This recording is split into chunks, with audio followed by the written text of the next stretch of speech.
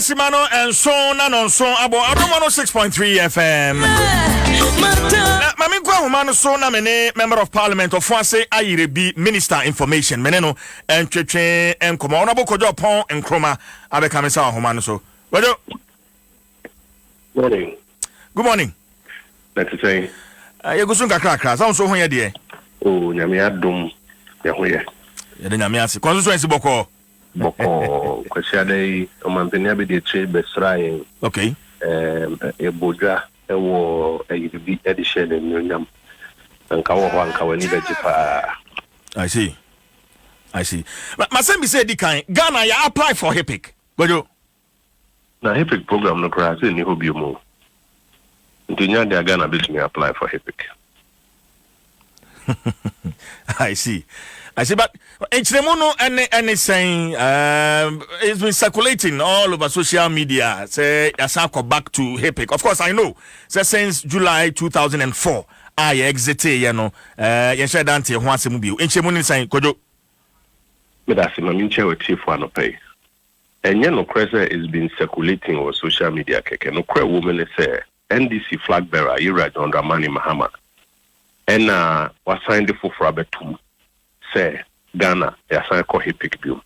If I took any podcast and I will say it is my responsibility to inform the Ghanaian public that Ghana is call HIPIC bill.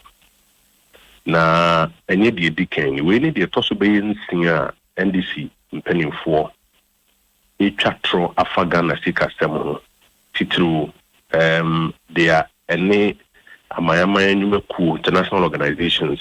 And they found they are also being seen and they to go through it. Then you say a mistake be na ba a boa pile. Obekaya be na what ni no communion any me announcement say yan in TSA. Now what you be in Sian so a cow about one of the mobile no. And some men no cre Umbeku biegu social media so no matter to near us and no credit kakano danity. No much in be normally at social media so nenam. Nti Ghana ni bia man ni na ho central force so who be bia the kind check and na akwa na say. Omo fi ase no the first story say Ghana penny be the 26 million pounds call UK and the action. So ba kaya sa no pano na me water crowd no pana na wo say ye di bank that there no. Na mo bia so te say e tro enye no creba akopɛ by just almost strategy ni bi no matwa dey atum. we need the tosu mi no nom di beba we almost say Ghana asa ko HIPIC be di kan HIPIC program na nkasa krampo no ye free mu MCB 2004 program na nkasa no free ho e program bi om de ba sa amaya e ka memene wom amaya ehia o me ka memene wom highly indebted poor countries ye be yen hye bi a ye de wom ka no e beche wom na se sika na nkom bi tu aka na e person om de ye mpuntuju bi de boa om manfo Ghana applied the under President for 2001. I'm saying by 2004. Na ye free. Inti Yura Mahama Nsem a okay can say Ghana ya say ko HIPIC biom no. Eni nyina so bia okay, but kodo me ba kiremu bie man. Say we free program no so a untimi nsan enkoso biom. Is that the case? Program no kure ni ho biom kra na wasa akoso biom. And let me point no. Okay, ho biom kra na wasa akoso biom. The abane say from 1996 omo table I publish will be our program the mubida. In the table na wo from 1996. Yen ye ko mu aye free mu nyina ye din was so dead. Na known as part of our fake news strategy. Our troll farm strategy no. Yura Mahama Kape and no se usua communication a friend of dog whistle or cars on car no kano kukwam na ne nkwala na tia begu social media so no mafa no mo share no mo kan sem fa ho nti se bi wani na ho a be da wo se no kra na Ghana ko HIPIC ye true 100% de to so nsiani a o maye na wo hwe sikasemu pa ne Ghana sikasemu no adodan kwa kufu adu bi Ghana man penin ne sikasemu Ghana no ni sikasemu apeja Yura Mahama ne de man ma na o ka chere se ware nam no ma na kadope so de Ghana nan kasa kusia wo akoje akoma sika wo IMF Yura kufu adu ne beji Ghana free IMF nsemu ene yankasa ne ye budget yankasa ene ye yakoma sika edhwe ukaya Yura Mahama penso ode ye koshe IMF no we budget we are just full plane the call Washington na kwesi kokko okra pen se me ma umfa nkwala wadwumam me ma um mankofo nyina mankane a me ma untua allowances no atwitwa ni na mu esan ya memmu a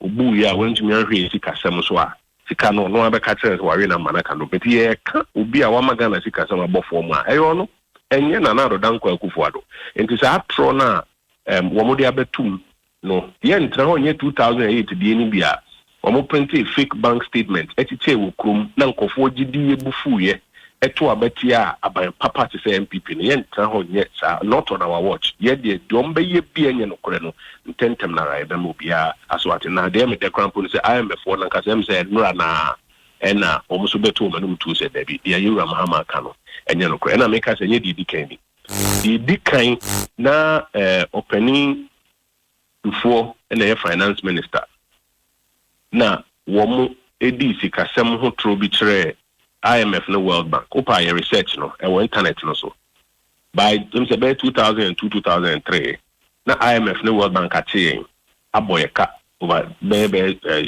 $20 something million say intia because in your no ndc for ukata na omde ba na omde tro and only the lady kind the toso mienu eye abra ye ka say ye kwa koye single day debt transaction they are ejuma kubi to say Franklin Templeton ebe to bi uka yi nuano mendisi for say ya ton Ghana ana ura keno for yata aton Ghana ma ubi a friend of Franklin Templeton na keta asisi bia koso wo ho to omo de kwa broche for investigation omo de back court wo Ghana for investigation omo ye ho press conference case yeah mu na mo report be 1 week make I say ye bo mo kokko say ade amu ye hu de hurada mu bedi o machi sa ahwe nim ampani ampa bro no omo se ofi abroche ba no wa mada Ghana court on the commission could din kuku and the tosumi no di trofa Ghana tikasemo e tosumi ensa e tama ye sino hydro transaction yini anum bi o misa she jem say sino hydro transaction e loan na nye bata nti o mo tura koma IMF say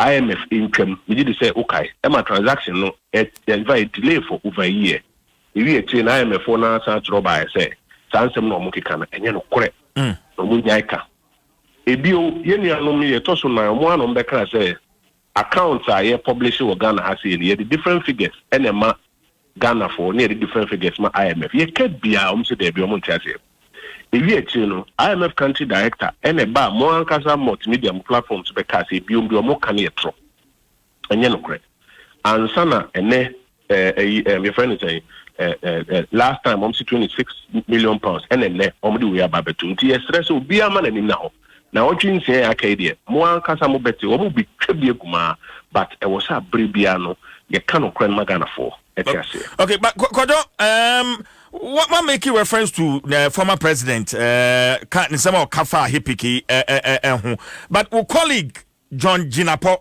at the argument for Frobi Eba, and let me quote him. Or say argument, Nana, argument, Nana. Meba Kojo. I say today there's a current report which was published in October 2020 titled World Economic and Financial Survey, Regional Economic Outlook, Sub-Saharan Africa, in which the IMF has made some categorical statement about Ghana, and that points to the fact that today Ghana is heavily indebted. There is no doubt about that. And who are saying? First, woman yes and Johnny Pickets our report. Second, what kind of report we are bisa on say working with baby or report no say actually say Ghana a pick that. In one kasa see pick a report no na kind. Na reso obi say actually baby say Ghana a pick any ti brofo bebrebe na yankasa me nua madam fu pa John me na ye adwuma. Or when this me when people there, but meaning the yejuma. Profu bebrebe na wachro de abra no. One kasa for report na kan re. Say atro um se Ghana epic. Anya no kre. To where tro tosu nsia o media ya san atro. Ne ebi beba beka ho. Ghana ni bia ma na ni na ho. Omo nsem asa. Omo kofa ukada manifesto anyi moche de na anyi comparison of records anyi nti say no the omo de ba be wi sa propaganda we and to trasem kakra account to bia ma na ni na ho. Okay, but Kojo no kre say e ka sesi a wo man no edie no say ye chama Ghana fo nyina me ameti hey medika 10,000 Ghana cedis. Ghana ka yes to me at any point in time e bisa say obi ade ka enye no ni argument no. Ghana ka no e wo se de bia obisa ho say e ka no ni nsunsun so woni sen de bia me ne mo kasa me ka che mo say wo boss kwesi twum so de ka 1 million Ghana cedis na wo see wo de ka 1 million Ghana cedis enya de kro isan say wo ka ne de toto ajapade ho si je say wo de ka 1 million na e bia je say ton ajapade nyina ya chi abusuafo ne ade ton mo de ka ho ansa na so sa 1 million no kwesi twum sa 1 million no bo so mi ba ba kokonya. Inti nominal CD debt say we the car 1 million, we the car 1 million, no nya de kro. The bia se mo se yeka. Ya de kano atoto ya japade ho. Ye bi say on say kan ni sunsun so and say any kind of debt sustainability analysis. Debt sustainability analysis need na pobe so ba ko pe na debt to GDP ratio. O hwe debt sustainability analysis 2020 would have said 2012 a year Mahama be man peni bi sin there. Ye improve. E koye nim kra. Enti nyesa hurada we no mo de ba be hunu bi se na wo check na be say na wo check yewura Mahama na penso e car omo e besia omo boy in dollar terms na be 40 billion no adan kwakufu ado buy ni besia obo crampo no just around 20 billion in terms of dollars and no crampo no you starting draw down on it a lot of it your commitments now ibenya brenia the big debt debate we o ma be throw na actual e mo be anti the argument. Again, still on our colleague argument we'll make it. Say our total revenue is about 53 billion, and we are spending 38 billion of this amount to service our debt. He goes on to say it means that 90% of the revenue that the government collects from taxes is spent on servicing debts. Is this a positive sign? We'll say. Mameno or your bay for. And I actually said, the Awokan ya tron your bay for. I feel you are no, I was saying you ran me, but not put them feature. It be okay. Or your bay for and on your bay for your bay for. You can't clean. Who's a Ghana a hepic? That's also who did throw Ghana and your hepic. Ghana apply for hepic. I feel also day your revenue to your dear Ben kick on the other. That's on affairs. Okay, who's a Ghana a hepic? Ghana and your hepic. A honor was a woka was a minianum, but did throw my atome, and I am a client and then you know, my chair side. Now, change an uncle for Fabi besides your revenue, your this, and your debt service, your data. So, analysis, Makato say, you've been is analysis. Okay, but even analysis, no, and press a Ghana a hepic. That has nothing to do with a hepic status. Inti, me yanko hokra, me say, Trono maybe say Ghana a hepic. Ghana apply for hepic. Ghana has been declared hepic. No, a honor also mbabi you man say ye pamocho dia ye kan no yan kan yi ana ye tin an say yura mahama ko menhia no otumfo tu ne fu bi say kona ko kache Ghana for their way wrong men ko ran in hye bofofro nke kansem foforo said their way ne wrong dan kasa no when to me am Ghana for who say ampa we dey mitinya dia wo kenyina enkusiaga ebi na no pay ebe wa be kase Ghana ye Hipik a ye call ye me kai krum ha say pa who debate who nsem back and forth argument ye ansa na ye call Hipik technical program o man no sebe odo nsa ehye odem ni fam agitu mu say ehia me na kaso aka me aka ho eno na wo se Ghana akobio na ye tu mira kire siri say dia waka no eye tro enye no kore enye de di kan ni de bia wo ye brana beka se ampa meti anamanka ni yi benko jina baby say na se nka wo kan obeka se okay enye o hwe tax to GDP ratio tax to GDP ratio so wo form enye o hwe we are see enye o hwe we are enye no ne eka wo se yakọ Hipik enye no kore brana beka se dia wo kan no wan kan yi na pa ho chow na wie na pese ye kan asem foforo aye to me aka young lawyer for you see he who comes to equity must come with clean hands. Yes. If your hands are dirty, you cannot come to have a conversation about equity. Godo 2015 March 24th Dr. Mahmoud Bawumia make Facebook post bi na mamen enkan na fe minjina so embisa wasem finally na fe minja okwan. I say at 67% of GDP Ghana's debt stock has crossed the critical 60% of GDP level that developing countries with limited access to capital flows should worry about in terms of debt sustainability. In fact, Ghana is right back to the debt unsustainability that led to Hipik. However, Hipik debt relief will not be available again. Ghana's status can thus best be described as that of a highly indebted lower middle income country. Dr. Mahmoud Bawumia asema wakaino no 2015 March posturing of more in opposition ebiana NDC for womu so womu based on this comment. Yeah, they no there I mean brofo clients is here no yeah no credit any them who say Dr. Bawumia say Ghana is back to the point of debt unsustainability which led to Hipik. And on one side, can one say name Hipik in Nihobio. And yes. Or can credit Ghana for say debt unsustainability, which led to Hipik. A honani and Nam Sabre, name Hipik in Nihobio. We are can say at best ye can because Ghana is a highly indebted middle income country. And yes, Anna wa okay. See, go to be hello. And yes, Anna wa okay, say no pay. Yes. Dr. Bawumia Nkanda say Ghana Hipik. Wankanda. Wa de okay wankanda. So you Mahama all kasana ne nukrem. All kaso bia debt sustainability analysis no. My question I say Hipik debt relief will not be available again. But of course. Or said Ghana in particular full sentence, no say Ghana is back to the point of debt unsustainability, which led to Hipik. Name Hipik relief will not be available again. Yes. It's at best, no, or because he be a highly indebted middle income country. That's what he said. He never said, say, he's announcing to the people of Ghana, say Ghana call Hipik. But your difference, woman. So you Mahama Oba no be can criteria and say, oh, you heard that debt sustainability analysis now, DSC now. Ghana, your debt sustainability, no, your questions answer. Nka no pay obiane ni nichi. You better your boy go through DSC analysis by 7 parts ni na to your boy answer na bako. Nka problem ni. Do we buy empo no meba senka oba empo no be kan no kwese we bia ono susun se.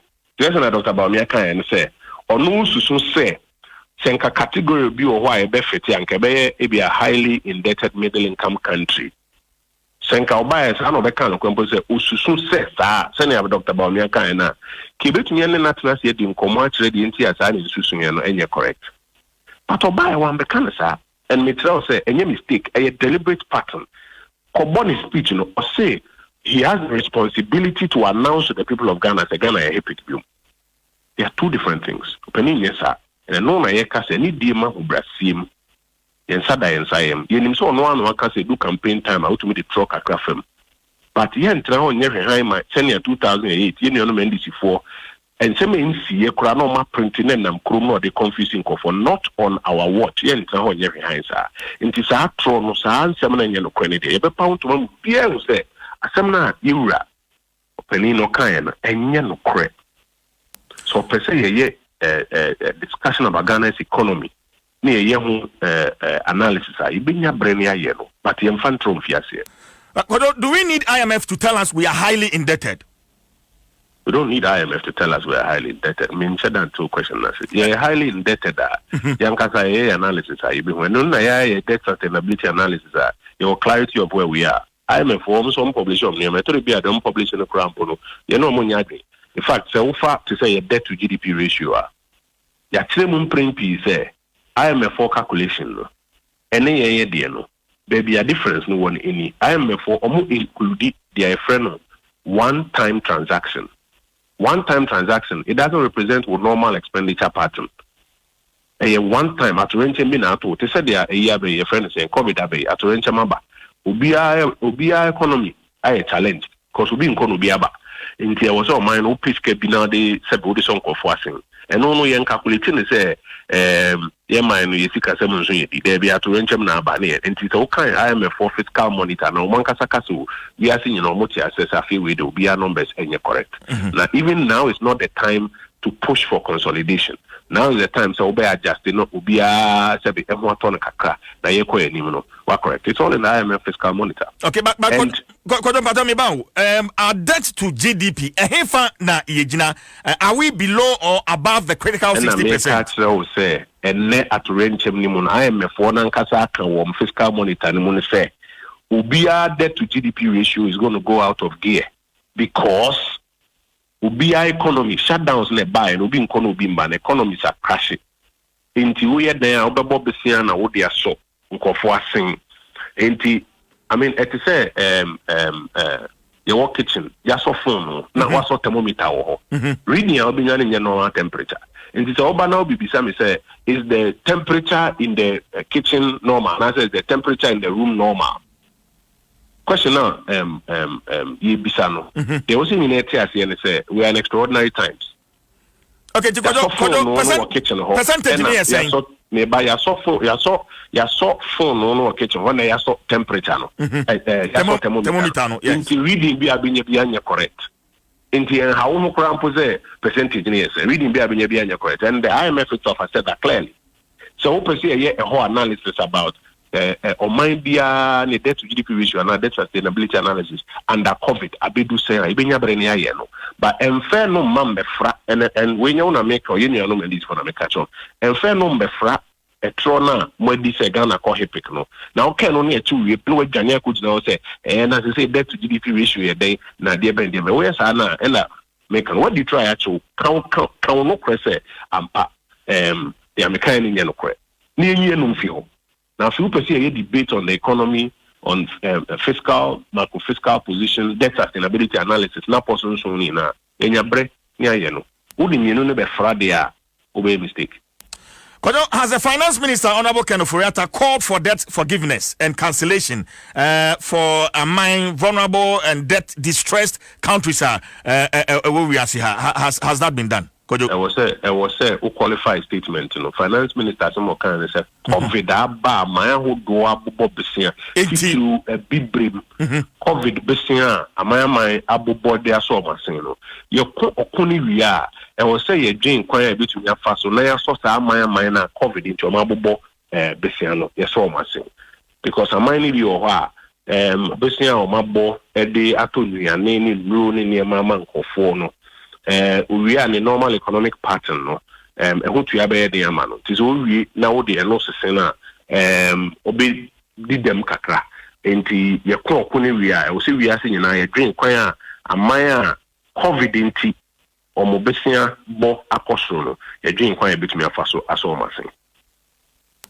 ko ma me na wase na ye mfansi ya me ka mo sije honorable Kojo Ponkroma okay. And I mean, no, actually, and come on. But quickly, my and read the full statement from IMF. Efa sa Hepik Nsem semi And you can find the statement at myjoyonline.com. I say, we have been made aware of social media reports stating that Ghana has recently been added to the list of heavily indebted poor countries, HIPC, by the International Monetary Fund. As a result, we would like to provide the following clarifications. 1.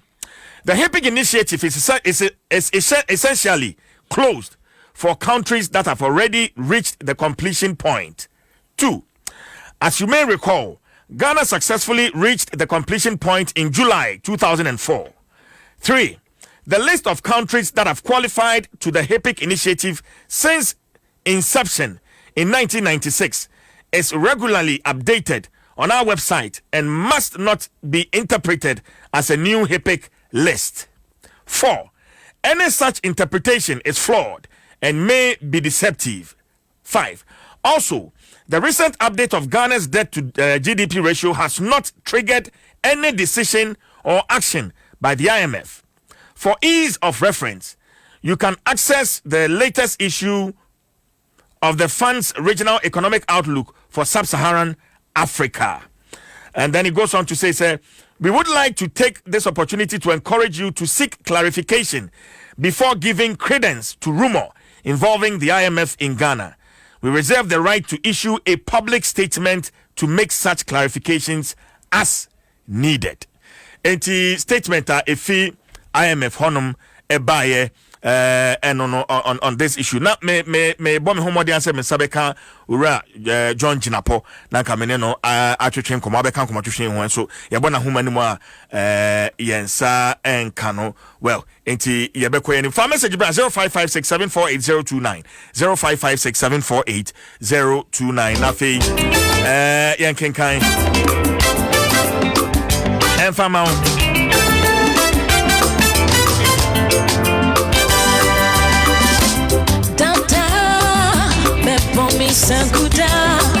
well, who's later to my phone on bottom home? If it was that 26, and I want more chance here. You might want to know one more day, Ben, maybe I will be a.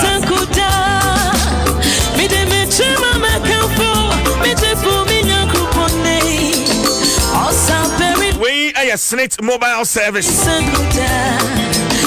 It said that's for securing your retirement, your role as a stakeholder. Eti se unhunu wamo ompotemo a hwe mani Ghana ha bebia mobile service team no won beba ho na ubopini wamo a utimi check e print your contribution statement afa utimi ye biometric registration utimi ye employer registration utimi ye benefits processing and who issues nyina no won betimi ahwe no maka e de ama update of members' records after retirement advisory services and after general inquiries about the business and SNIT operations.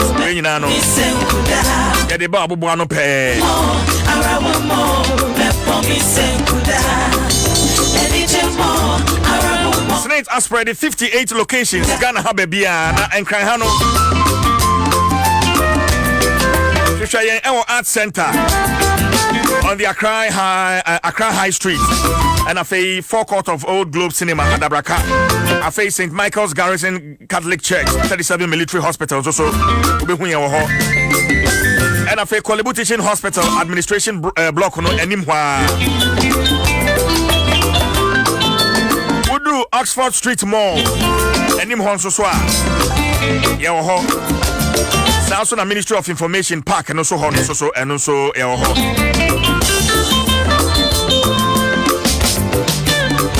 Facebook, Snake Ghana, Facebook.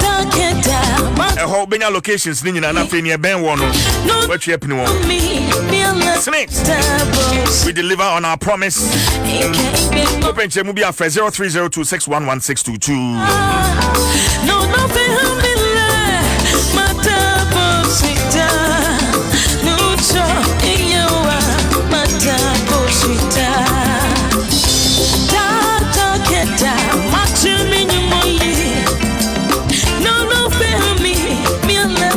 For them, our Quenya na wasa nisika yento.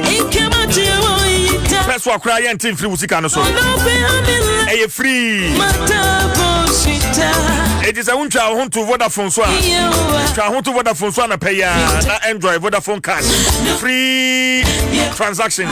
Free money transfer. Dial star 110 hash. Star 110 hash. That's in the sika. Vodafone. The future is exciting. Ready?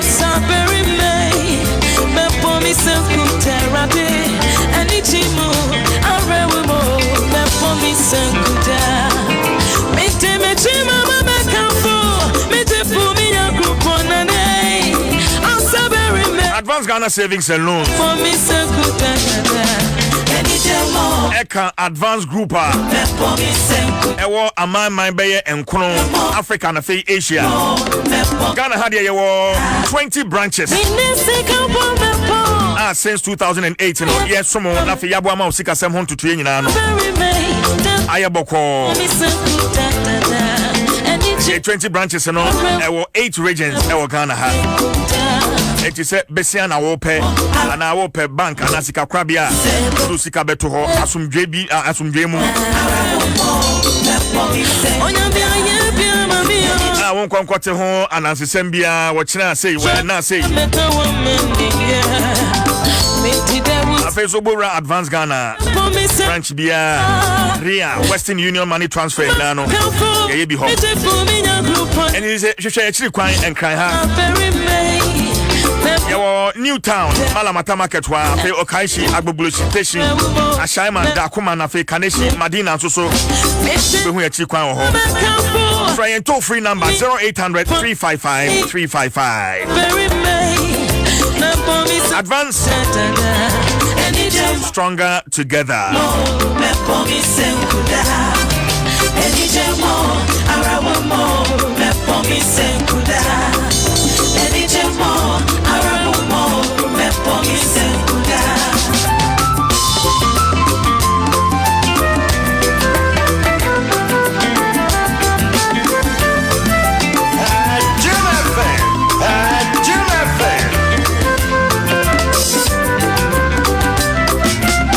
Ubusa driver for taxi drivers, truck drivers.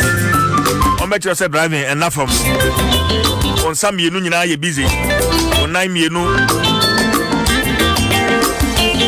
When ni no aso. Etwakwa ha na etwakwa ha. Se unya ure ufi ho kakra bi pe obi na san be san. Na se un driver bi na otinisi achi na nani agea. Na a Star Assurance in tia. Star Assurance. No me any day woman no any say oh Star Assurance no akwanhye bia betu bia no omgina wachi enti adawa for momodin na policies ahodwa Star Assurance ye go akwan so no omon pebi ebeboa wo mo no me akwanhye nyina to wa britia wa bim na claims e sefata wo no omodi ama behind every happy driver is a Star Motor policy. So go on, sign up today. Star Assurance, your solid partner. Vivo smartphones, stunning design, superior quality, Pan-African savings and loans. Belaqua Active, Dura Plus, where Dura Plus goes, water flows. Latex foam, your partner for life. Vodafone, the future is exciting. Ready? Nafi Agbeve Herbal Center. Mayare Sefi. Obi dumbia kwa dukume atinase. Aso penny. DJ. Boko. You are the Roman. Me France penny unso aje so. Na menye so say na de hwan empa de pa. Enyum na oboni mu da.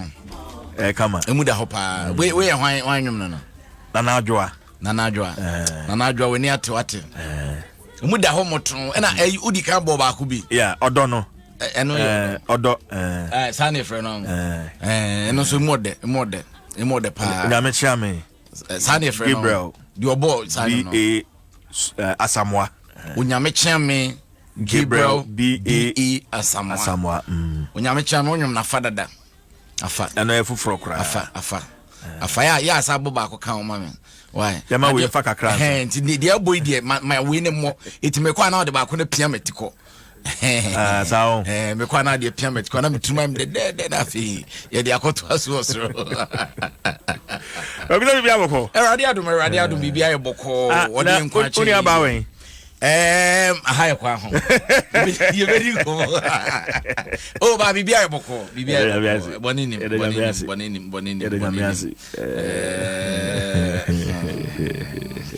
bibia ye boko na ayi watadi so radio adum ohwese de mesrewo atade ne kala ko kamnya kan bia afei debi se adepa de me atune abikus de abikus de onim se den ya what you say yes you be wonum groma odin pamu da what you say busi body be message be man treated ja CJ sujum ne dia sai CJ sujum ne dia sai nese obekom na ne mpena wo mu no ntina ne dia pie mu no edine so bibi onyum kroma udin pamu da intino so bibi wa bikusa ebede odi afem ko so ahihye bibi abe kama so makacho say wo problem is only problem that's and no problem you are sorted on arrival what you say that's it intino odi democrat has been to say kwai mengo ayo asemengo dia mengo na herald the democrat and nei herald in some babetum mountain was the government, IMF, economists, and academia leave Ghanaians confused over country's HIPIC status. And some people are Monty, say Ghana. Say, dear, hey, you're able to mark a premontomano, get the hey, to sacrifice from Ninada NSA. Yenny Barney at the Bawadio, your Burubra, my Koto, Etrania, Prada Danso. Ebinado crew, a may.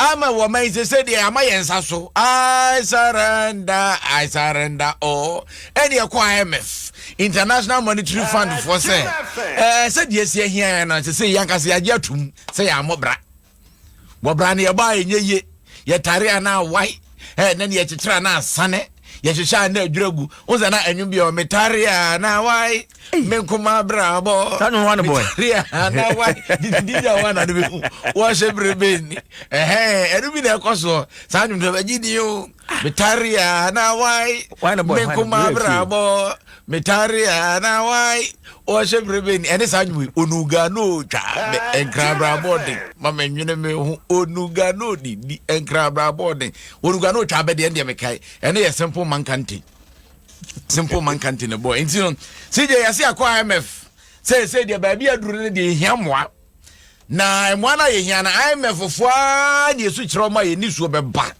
entu omo so yasene essence ye highly indebted poor country HIPIC highly indebted poor country it is so ye nipa na to say na won ehia pa nti wo ye be for say highly indebted poor man na say hipim it no na HIPIC ne sense am na aban aba bontia ba be chiri say nya sa na tie yanko IMF say ye ntimi hwe ye ho etu omo bra meboa yen ya ho boa so ya kwantuo wo bra ne no ana ye bɔ no aban kosu ntire wo bia se ehia moa ene ade eno na nipa bi so omo so aben e wo sikase mu so aba mountains ma ba betu dwa so hweba bia ga na ye gina ne dia ye nyina yie wo ha besi a ya bro pa wo mayimu a ye kadebo on na ba bia eduru na sempanyufo antoto no ma de a akatro ne bo betia ne kurodon ne yedam na se HIPIC ne yawurem an no etesi ase Ghana for confused ye hu sade aban kan ne yanyi ni o sade enenam se IMF fo na kase aba omo ne yanyi ni o ana sade wo mo masues kase munim de kan ne yanyi ni o ye se Ghana de hye ni so esi one time ye confused ye hu de akoso e wo man tie ne da obokrata ye friend said the Herald en wade ho nsem aba na Oma panyin dada John Dramani Mahama so guso bontwa enra no ne na madan danfo ene potom Greater Accra region Greater Accra with the different ho an water no ne ade a no ade asem bia ba beto monten was he se woda bibi ne benya no wo what you say CJ minim say woda one na sorry na the alarm ne sorry me and I'm sorry one na sorry that could not be foul now better power yes alarm no okona alarm no wasati wo ha abaka so de chekronfo ba fie hofo nyina nya but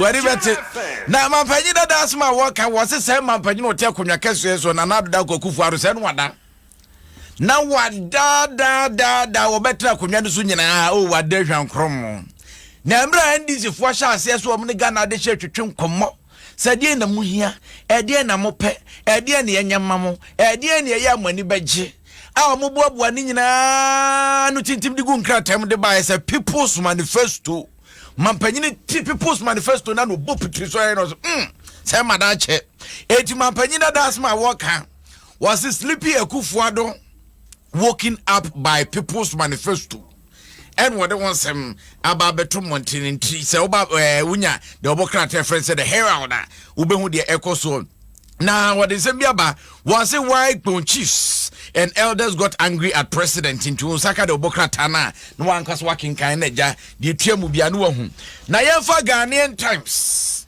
the obokrata enfantoaso Ghanaian Times the obokrata na what they opanyin Mustafa Hamid ni fojina ba beto zongo minister yasu kopiem wo chebia wo maye astrotef park kama pa wo ho se say de yasu wo ma hand over e de ama wo manfo wo chebi so mo nkonom kobobo wo so wo mo nkonom kobo stepe o kai stepe ana wa mo stay that gota we say de gota na pe me boy pa mi stepe ade me so obo mi stepe sa di frikwada so ko hwuma se akoduru dwonase na afi akoduru dwonase wie na me nya obi omso mo bio na mso boa ye be bo akosi agre mo bio mo bo mi frikwada so hwuma se ene waso ye ekosi dwonase waso ye hye na afi me nya obi amso mo bio masa ye bo akosi ye fri agre ye be wram sa agbo wanse ye duru ayi ye fro sempo o ne kuro bi to aso e wo ho wahum enti ese de park na yesi de amache bifo a omo ba bedi so agro na obeche bilamti interchange no kwaku metari anawai no obi de ne diamba your friends DJ lawyer Ochre ampa mi refi I want to say no DJ lawyer Ochre yes Ghana ha amafo abubo nyumo DJ lawyer Ochre amafo abubo nyumo the other buy near Danasi. Nana Kwame Amponsa. Thank you very much. Nana Kwame, thank you very much. Now, me those days, and you man, I'm a pepper. Minenemu. Oh, Brady, man, and there's a part Thomas. Minenemu. And your part Thomas Primpon. What Brady, man, Thomas Primpon. Oh, not Sanum, no, my good Jana Peno. So we too quite pa no akopie bia bi sije ye kan obi atu kwa firi no kroma bankran so obebo bra na nia boabiam di obedi ba bia obeda di obehye aye denden na ni so aye ntetente wonya obekwa ni krom na woku okoba ma na ese ni eno so ya asem enti no tetefo no nwom ne de menka se na amafo no omonya ade ni mum tetefo no so omonyom ne nemu da ho pa akwa nkwa hiani wo biara bepe sika kunifi nazanye ya mani dausu unyame mani dausu dachia medrufi dabia medrufi na me kamasem a chire busuafo wa bra kwatu emu nsemu ye yawo untu kwanda CJ ye tu kwan ne aba ho ye pe bibia bedi kasa tintin nyina ebusuafo ntia what is here ya kwantu mu nsem etia kwan ni na interchange ne say yes ma panyina kwakwe na ekoso pa ubeche bilam te interchange so ma yensesie kama wo ho a ene de obokrata wo de wons ma babonten na wo mamu centrofo kabomu ko GJA a mo ya wo so amotimi de age mako 15 edunum de boy bono wo mo ne ya size fo akomutra pam ho a yes nsentro for mako 500 ye ba be ye insurance de amomo na insurance aye de amomo no 20 million beautiful choppable Ghana cedis 20 million Ghana cedis de insurance e de man nsentro for mako 500 ye ba be tro bayi mokwana bibia sia sa sika na de be bom ho bra no nkyɛ sɛ amanfo ate 20 million to share century ni adni sum kodan Roma asɔre don me wu hyam na abɔ me mebo bi oh me kan prenye prefa onye Kristo ni o say Yesu Kristo kan enti wo ba ha na madane ha ma wo mo why ade wu hyam ya try bi hwɛ but na what are you kan o say me sima ma be fight o say centrophobia langas what na CJ afutu akode amagana fo say yenye peace ambassadors ehun yemma sundwe hu dawuro what you say yemma sundwe hu dawuro watime wakame basabasa etutrasem enkonkodie mempene mentiase no akofa ballot box na wudremka wakofa tiagase no akofa dende yesi da bi yenyi free akwam bibi a yeyi bia ne ntwe hu no se asumdwe na muama Ghana enkonkan na enra me ne Archbishop elect Dr. Elisha Sali from Wakudi nkomo. Okay. No kasim bi se emreduru se wo se asofo no mokọ asore dem a eye si ebe preachi adwensakra se de ebe ya bekọ heaven mo sakra mo adwene no so ahenie na ben enche na Kristo ba eno wo ho eye si ebe bo dawuru ana se ye be church asore ma prosperity kwa mbe fa so mbe die wate aso asasi so eye enye bone eno so wo ho na mo ba bia ye duru ne de ya ma sundwe hu dawuru enso entry preaching nim said ye be ya asoreba wo ma asore nwie enko se wo kwa akodi amanyosemachi na wakwa akoya ade a ene ntokwa beba Ghana na enei de obokrata de abase nsore ahodo no nyina omkabo mupuo ene ekoku ahodo na ne muslimifo emu kristofo ne ade nyina omaka omo futu nom de ma Ghana se asumdwe ye nyane ye mo ho ban asumdwe se kosu osiye asumdwe enya hwe se podwa o se sane se enye ye akwa ti sa ahoma ate obo no poye den obetoa but the problem enra me point me tu kwan kakra bedu fi anadwo na one TV channel no mu Hotel Rwanda wahwesa Hotel Rwanda mahweda na Rwanda war na isi no genocide no me hwe movie na msesa de we ese yima Ghana ni bi ahwe enkenka ne amanyofo orehoi what is that documentary with that tell Freetown? Yes. No any cry Freetown like tell freedom na book be American but cry Freetown yeah see you ubesu amanfo so na me ene tokwaba ye beko wona wana beko aha wona hwan ene me amete ana see you beko ahoden way nya ahode kra na CJ hwe entokwasi a hwenkwada hwema emu apemfo emu ayarefo ye nuanom abubuafo ye nuanom anifrafo ehin no omofa yetu eminim ote French comment ça va bien ça va très bien merci non so ça bien ka French eno chese wu se udu Togo awaka Togo unya du Togo ote framantem kasa note Debbie wonte wonsante French okopede u Togo udru na afi ka asem na ugina hono afi wani ma yadwobi wonte hwe what I say it's also na wuntimi Cote d'Ivoire fa na akọ beni ana sa Nigeria aje yanim kire ha fa ne pono na da ho no ho na mede mensa kire na wakotum na eja wona ma wata akọhwe abum ni ade enti Ghana ba bia yegina ne sa asem si asije ni ba bia akọ wo bi o passport ne visa bom se trie ni pafo se chibom wudi na chi na waye kọ na kodi nsamone kọ na koyese na asem si a okọ wana na yire ne mo bedwane ajawo ho na abun se sebe wadi ngo asem ana no na ye bro ye ho mpentoa ne abo na kwabrane gyinam na okutatu na pe no oto na okoba broad daylight o nipa na amoko no ho ntokwa no saa nkrofo ni mienu na amoko wo mo ntokwa no na wo mo wan wewe de na wo maka ho yami ani na ho yami ani na ho pa na sundwe ne kutam no ye di no ma di agro eti saa nsem na ba ye beko ne ba ye beko no hema no obi akwa akoko eti wo de o hyedem wo kanche wo bompa ye wutrimpo nyina ne se entokwansi Ghana wakonkomwa mu otrisu wo Yesu din mu amen enti e ho nsem wa ha ene de obokrata daily guide ene wode aba monten na happy kasem no na aba bonten aba be chirim se nya no kreda se e ko happy enya no kreda se e ko happy enti eno so wonsem aba wonsaka bia beboa wo ba ko Ghanaian Times we daily guide na daily guide obokrata no ene ase pon ahemfo no maba monten o maba be kan straight yes o maka pempe was ni pain de course wo senya no kreda so mu buna na do danko akufu ado anim tia eti happy kasem no so da ha wonsaka obetimi ahunu de ekoso na sa igabi o kire da ko abranche yi a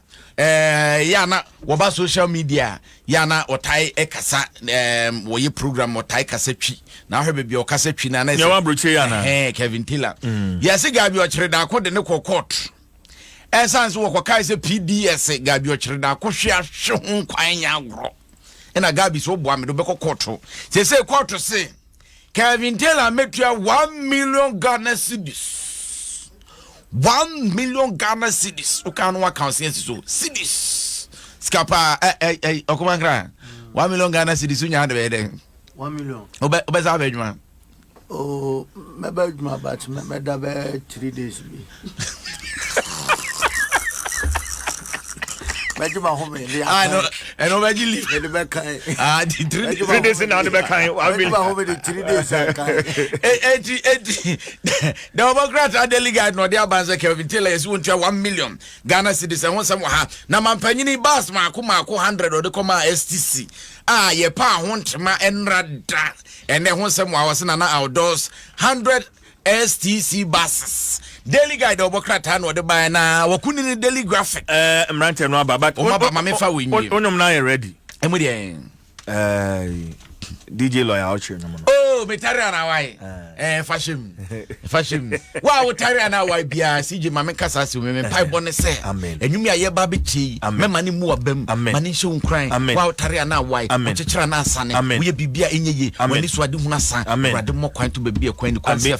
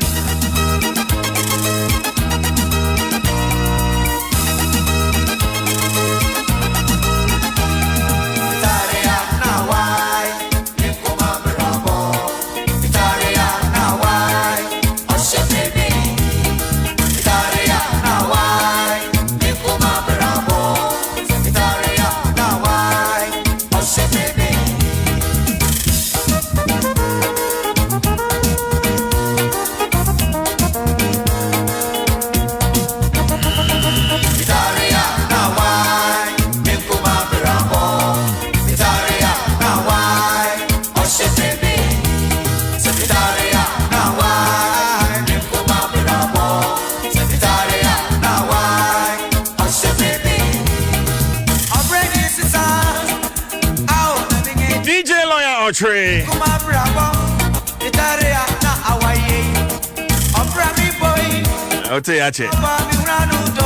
Alex Kobinaston. Chief Jerry Forson. AKA Jerry K.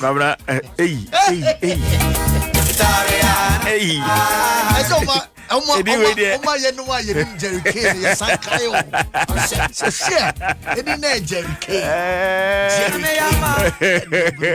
Anyway.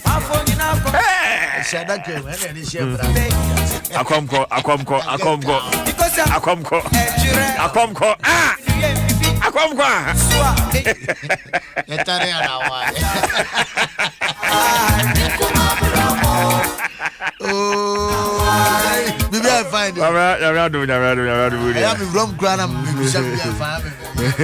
You're comfortable. Are they? That you and asking if I find there. Oh, what do you mean? Yes, because everything shows. I don't need to ask. What shows? Hey, Jerry. Sure. And they say England born, I do. Why? Now, I don't know. My papa, if I am going to England. England football. I had a papa. What did he? England. Hey.